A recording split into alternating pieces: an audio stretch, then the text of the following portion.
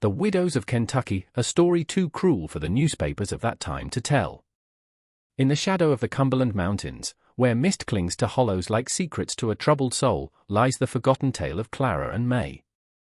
The lives of these two women became entangled in ways society dared not speak of in 1892.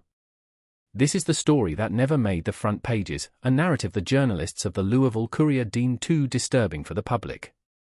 Our journey begins in Harlan County, Kentucky. A place where the cold, black dust filled the lungs of men who descended each day into the earth's depths. Where the isolation was not just geographic, but generational. What the locals called Blackwood Hollow housed no more than 17 families, most of whom had settled there after the Civil War. The Caldwells and the Harrises were among these families, their bloodlines destined to become fatefully intertwined. Clara Caldwell, born in 1858, was known throughout the Hollow for a striking appearance, eyes the color of a winter sky, hair as dark as coal, and a manner that suggested an education beyond her modest surroundings. Her father, Jeremiah Caldwell, had been a schoolteacher before the war took his left leg and much of his ambition. Clara absorbed his books and his bitterness in equal measure. Just 2 miles up the same creek lived the Harris family, headed by William Harris, a man whose temper was as legendary as his skill with a hunting rifle. His daughter May, born within weeks of Clara in that same year, had grown up as wild as the mountain laurel covering the hillsides each spring. Where Clara was reserved, May was all flame and fury, a contrast that would later make their connection all the more incomprehensible to those who witnessed it. These weren't simple mountain folk as outsiders might imagine, explains Dr. Eleanor Sutton, a historian at the University of Kentucky who has studied isolated Appalachian communities. These were complex individuals, shaped by harsh environments, limited resources, and the intricate social codes that develop when people live in such close proximity for generations. By 1876, both young women had married, following the expected path for females in their community. Clara wed Thomas Blackwood, a descendant of the Hollow's namesake and owner of the largest parcel of workable land. May married Ezra Jenkins, a coal miner whose gentle nature seemed to temper her wildness. For a time, life proceeded as one might expect.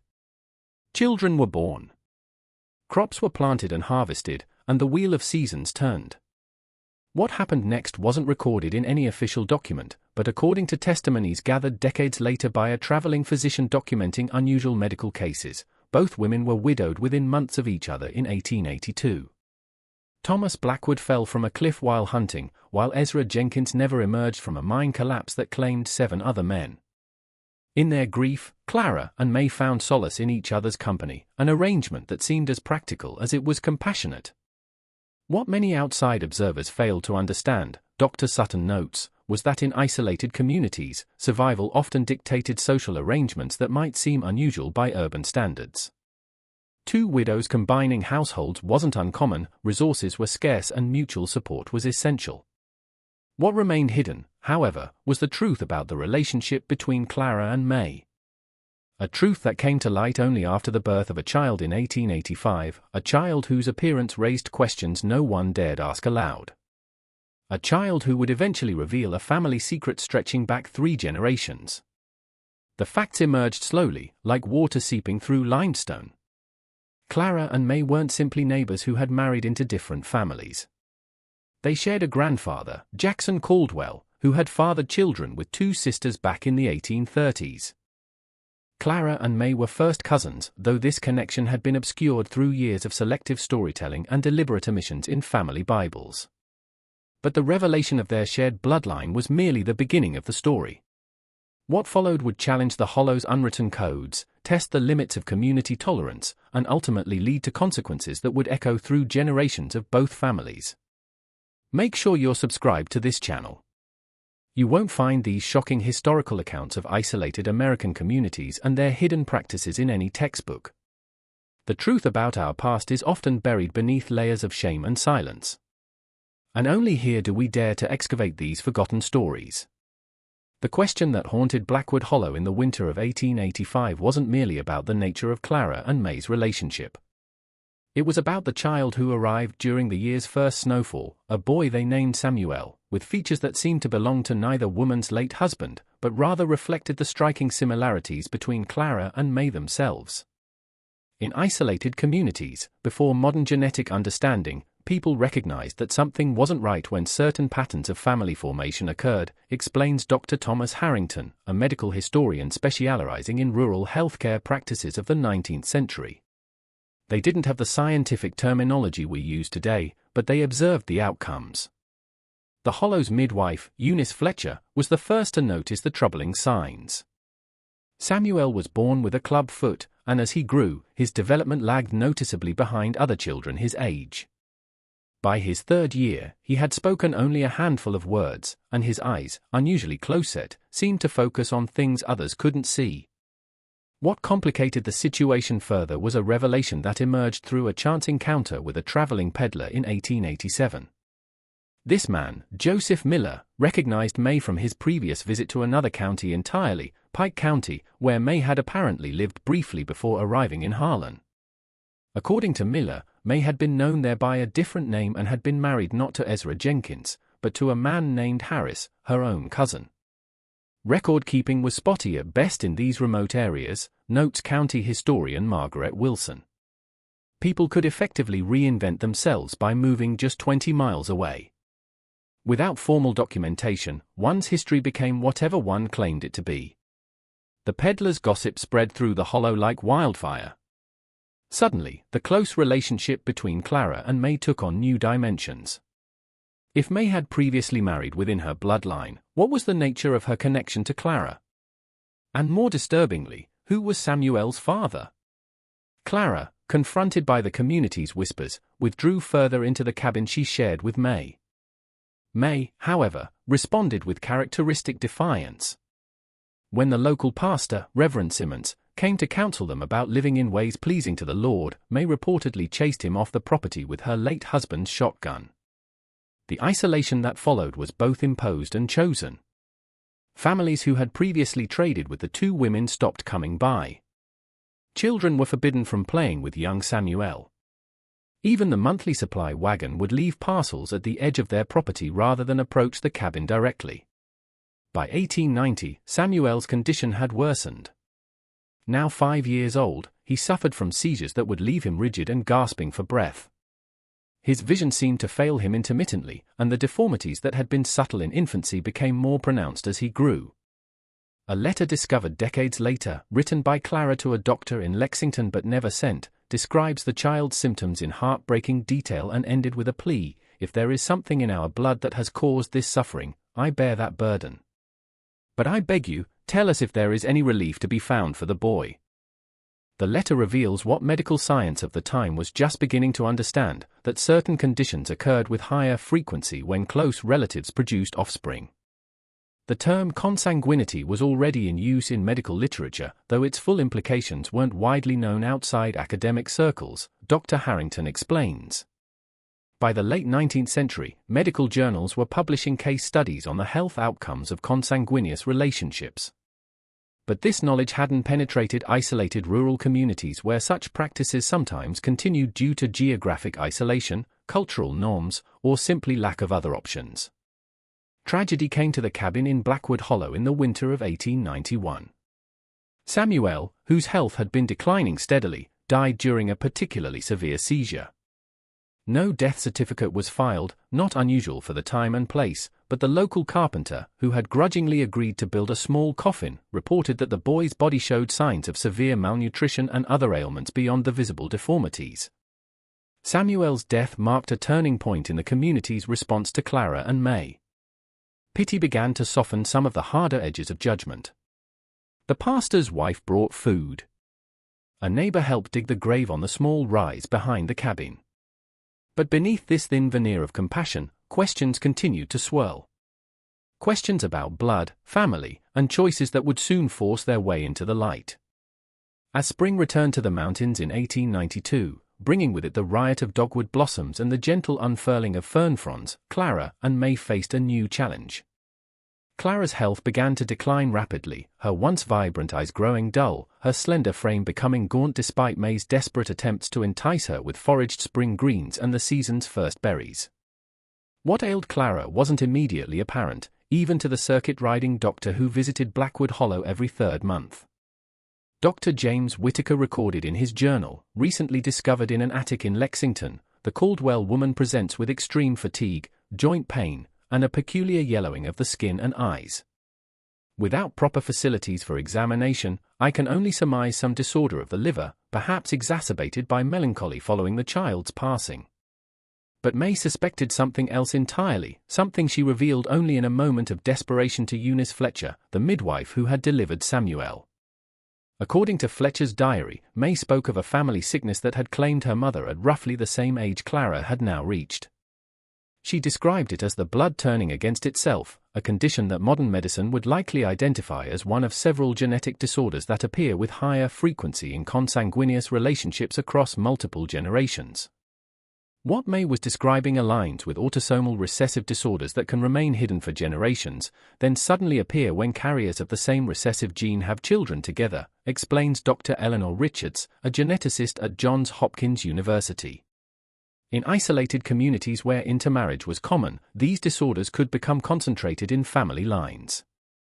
As Clara's condition worsened, May became increasingly forthcoming about their shared history to Eunice Fletcher, who continued to visit despite community disapproval. May revealed the complex web of relationships that connected their families across generations. "I want you to tell my story when I'm gone," May reportedly told Fletcher. "Tell them how it happened so others might be spared." The story May shared was one of calculated choices rather than ignorance or accident. The Harris and Caldwell families had deliberately intermarried since their arrival in Kentucky following the Revolutionary War, believing that keeping property and bloodlines pure was essential to maintaining their status and wealth. This practice had begun as marriages between cousins, but by the time Clara and May were born, the familial connections had become so intricate that distinctions like first cousin or second cousin barely captured the complexity of their shared ancestry. If you've made it this far into our story, you clearly care about understanding the hidden histories of America's isolated communities. Take a moment right now to type "I hear their voices" in the comments below. Your engagement helps preserve these forgotten stories for future generations. May's confession to Eunice Fletcher revealed something even more disturbing. Samuel wasn't the result of an unknown third party or a previous relationship. He was the product of a deliberate arrangement between the two women and Thomas Blackwood, Clara's husband, before his death. The plan, conceived after May's husband Ezra had been injured in a mining accident that left him unable to father children, was for Thomas to provide both women with children, maintaining what they believed to be their superior bloodline.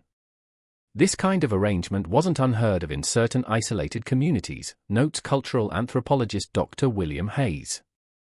While shocking to modern sensibilities, we must understand it within the context of people who had developed their own moral frameworks in isolation, often based on misunderstandings of biblical passages about keeping blood pure or practical concerns about property inheritance. When Thomas died unexpectedly, May and Clara continued their living arrangement, but the plan for children remained. What happened next was pieced together from Fletcher's diary and later interviews with elderly residents conducted in the 1930s by WPA folklore collectors. Clara and May turned to Clara's half-brother, Jonathan Caldwell, who lived in a neighboring hollow. Jonathan himself, the product of a union between first cousins, agreed to father a child with May. That child was Samuel. The revelation explains much about Samuel's medical conditions. With parents who shared so much genetic material, the boy had effectively received doubled copies of recessive genes carrying disorders that might otherwise have remained hidden. His short life was the tragic consequence of generations of consanguinity. As summer approached, Clara's condition deteriorated rapidly. May, desperate for help, finally broke their isolation completely and sought assistance from the community that had shunned them. The response was mixed. Some families refused to become involved, citing the women's unnatural ways, while others, moved by basic human compassion, provided food and basic care. Clara died on June 18, 1892. No doctor was present, but Fletcher's diary described symptoms consistent with hepatic encephalopathy, the end stage of several genetic liver disorders. Clara was buried beside Samuel on the hillside behind the cabin, with only May, Fletcher, and the pastor in attendance. What would happen to May in the aftermath would challenge the community's moral boundaries even further and ultimately lead to a tragedy that would forever change Blackwood Hollow. In the aftermath of Clara's death, May Harris found herself entirely alone for the first time in her adult life. The cabin that had once housed 2 families, then 2 widows and a child, now echoed with absence. According to Eunice Fletcher's diary entries from July 1892, May began to display increasingly erratic behavior, talking to herself, wandering the property at night, and sometimes appearing at neighbors' homes disoriented and speaking of Clara as if she were still alive. The psychological impact of isolation, compounded by grief and possibly the cognitive effects of shared genetic disorders, can manifest in ways that 19th-century communities would have struggled to understand, explains Dr. Rachel Montgomery, a clinical psychologist specializing in rural mental health. What May experienced was likely a combination of complicated grief, possible genetic conditions affecting cognition, and the trauma of social rejection. The community's response to May's deterioration reflected the complex moral calculations of the time. While some advocated for her removal to the state asylum in Lexington, others argued that Christian charity demanded local care. The debate became a proxy for larger questions about the Hollow's identity, questions that had simmered beneath the surface since Clara and May's relationship had first raised eyebrows. Reverend Simmons, who had once been chased from their property, emerged as an unexpected advocate for May. In a letter to the county judge dated August 15, 1892, he wrote, "While the circumstances of Mrs. Harris's life choices cannot be condoned, neither can we abandon one of our own to the cold care of strangers. Her present affliction may indeed be the Lord's judgment, but he calls us to temper judgment with mercy." The letter offers a window into how rural communities navigated the tension between moral disapproval and practical compassion. May was, despite everything, still considered one of their own, a status that carried obligations regardless of her perceived transgressions. A temporary solution emerged when Eunice Fletcher offered to take May into her home. Fletcher, widowed herself and childless, had the space and skills to provide basic care. More importantly, as the community's midwife, she occupied a unique social position, respected for her essential role, but somewhat separate from the ordinary social hierarchies that governed most relationships. Fletcher's diary from this period provides the most detailed account of May's mental and physical decline. The entries describe nightmares that left May screaming about the blood sickness and children born wrong. She would sometimes become convinced that Fletcher was trying to poison her, a paranoia that modern medicine might recognize as a symptom of certain neurological conditions with genetic components. Most significantly, Fletcher recorded May's more lucid confessions about the Harris and Caldwell family histories. According to these accounts, the practice of consanguineous marriages had been established by the family patriarchs in the 1790s, initially as a strategy to preserve land holdings. Over generations, it had evolved into something closer to a family doctrine, supported by selective readings of scripture and reinforced by increasing isolation from outside communities. By the 3rd generation of intermarriage, physical and cognitive differences would have become apparent, notes Dr. Richards, the geneticist. But without scientific understanding, these might be attributed to divine punishment, witchcraft, or simply bad luck, rather than recognized as the predictable outcome of genetic relatedness. May revealed to Fletcher that her own parents had been uncle and niece, though this relationship had been disguised through a nominal adoption that made them appear unrelated on paper. Clara's parentage was similarly complex. Her mother was technically her father's half-niece, though this connection had been obscured by remarriages and name changes. The elaborate efforts to conceal these relationships from outsiders suggests an awareness that broader society condemns such practices, observes cultural historian Dr. Patricia Lawson. Even in isolation, these families maintained enough connection to the outside world to understand they were violating taboos, even if they justified those violations privately. The most disturbing revelation in Fletcher's diary comes from an entry dated September 3, 1892. May, in a moment of unusual clarity, described a family Bible kept hidden beneath a floorboard in the cabin she had shared with Clara. This Bible, according to May, contained the true family tree, one that documented the actual relationships rather than the public fiction maintained for outsiders. Fletcher, moved by curiosity or concern, visited the abandoned cabin and found the Bible exactly where May had described it. The document, now preserved in the Kentucky Historical Society archives, reveals 7 generations of intermarriage beginning in 1790, with patterns that became increasingly complex over time. Names repeat with disturbing frequency, and notations beside some entries: weak mind, blue baby, failed to thrive, hint at the genetic consequences that accumulated over decades. As autumn approached, May's condition worsened dramatically.